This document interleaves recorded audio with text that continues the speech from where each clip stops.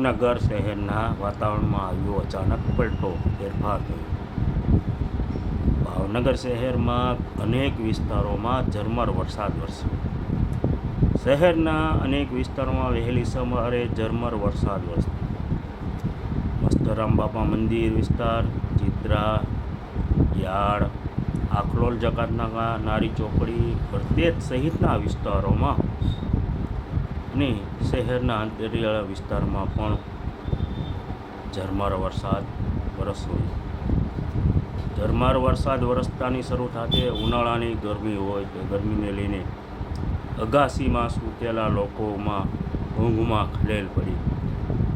જે ભર ઉનાળો હોય ત્યારે ગરમી હોય તેને લઈને શહેરીજનો અગાસીમાં સૂતા હોય ત્યારે વહેલી સવારે ઝરમર વરસાદ વરસતાની સાથે સૂતેલા લોકો પર વરસાદ વરસતા તેની ઊંઘમાં ખલેલ પડી.